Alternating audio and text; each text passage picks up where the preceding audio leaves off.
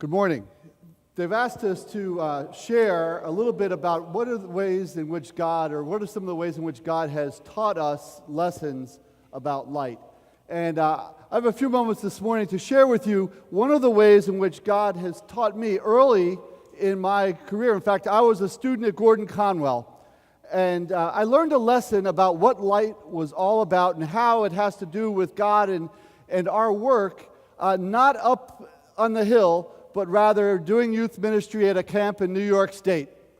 You know, part of youth ministry means spending your summer living in lean-tos or doing whatever it takes to bring kids to a place where maybe they would meet Jesus. Well, I was assigned to a camp in upstate New York, just north of Albany. I was there with a group of junior high boys from New Hampshire, and we got assigned to a group of 4 lean-tos that were out in the woods, way out in the woods, with another group that we never had met before, and they were a group of junior high guys from the middle of New York City. So we had a little bit of a difference there of backgrounds, and so myself and the other counselor who were assigned to these 4 lean-tos, we were armed with our camp whistles, and as we walked around and we had students coming and going and people arriving, one of our first trips to the lean-to, we hear a whole scuffle of noise, and when we get there, there's yelling and screaming, and the guys from New York are having a knife fight. They're picking up knives, and they're firing them, and they're sticking in trees, and they're picking out, and they're firing them, and it started out as a simple game of chicken. You stand there, and I'm going to throw it near your feet and see if you move. Well, it got a little too close, got a little too personal, and pretty soon knives were flying, but being the well-armed camp counselors we were, we blew our whistles and said, "Boys, put those knives down. We'll collect those. You shouldn't be armed here." So we collect the knives, and we put them away, go down to meet a few more folks. We come back up to the cabin, and now there's a kid from New York hanging from a noose. And he's sort of on his tiptoes off the edge of the lean-to. All of his buddies are leaning back, having a great laugh. And so we looked at this, and fortunately we had the knives, so we cut them down and said, "Boys, we shouldn't be hanging each other. We're here for camp." Well, I want to tell you, my group from New Hampshire is sitting there, and they're thinking, "We are going to die." And we know how they're going to do it. They're going to hang each one of us in the middle of the night. These guys from New York, their persona was they have to be so tough. I grew up in New York. I was born in New York. I understand it. And I was like, you don't have to be that tough. But these guys had sort of the whole junior high thing going. They had to be tough guys.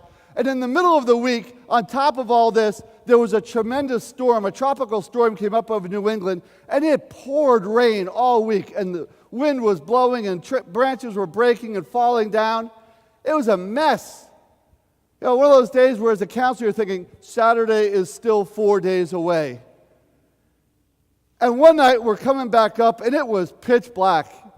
And one of these tough guys from New York, sort of the leader of the gang, isn't back at the cabin. And we're waiting to find out, wondering where he is. We're really wondering what he's up to. And as we're sitting there waiting for him, all of a sudden, in the midst of this turbulent weather that had gone on all week, a still came, the clouds separated, and the moon came out.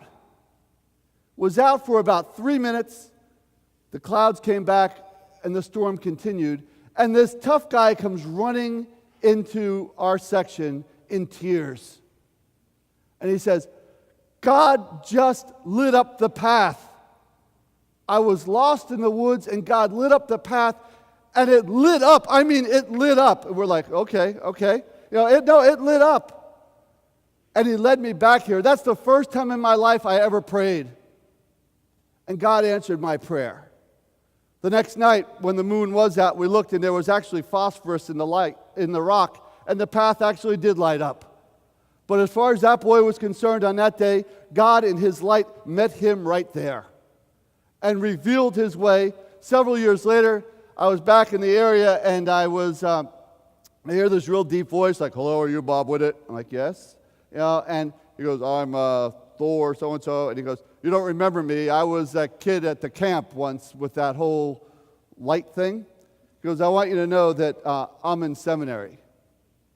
You know, you never know what God's going to do when he brings his light. And so I learned a lesson that week about the power of light in the midst of darkness. And for the rest of that and throughout my pastoral career, that is one of the things that has really helped to drive me or help me gain some focus.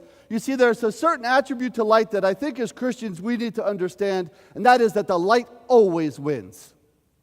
The light always wins. You cannot shovel enough darkness into a room to overcome the light. I want to ask you all to bow your heads and close your eyes and raise your hands up. So how many of you have night lights? But you know, there's something magical when you're growing up about those 3 watts plugged in the corner, because it scares the boogeyman away and all the things that are creepy disappear because light has entered the room. You know, when you look at Genesis, the first thing that God took care of was he looked around, he saw darkness, and he said, I'm going to make some light. And in Genesis chapter 3, he said, let there be light. You know, when Jesus came, he called us and he called himself the light of the world, and then he said, you are the light of the world. You know, and each one of us, that's our role, that's our goal, that we are a light in Christ. We are the light of the world. In Matthew chapter 5, verses 14 through 16, we read this. You are the light of the world. A city on a hill cannot be hidden. Neither do people light a lamp and put it on a stand. It gives light to everyone in the house. In the same way, let your light shine before men, that they may see your good deeds and praise your Father who's in heaven. You know, as Christians, we get so tongue-tied that we think, I can't share my faith. I don't know what to say. And what Scripture is really encouraging us through Christ is, live your faith and leave that up to God. Let your light shine. Let your light shine.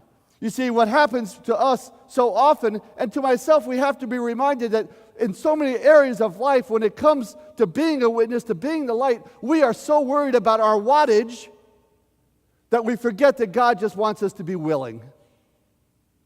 God will take whatever wattage you've got on board, and in his power can change people's lives.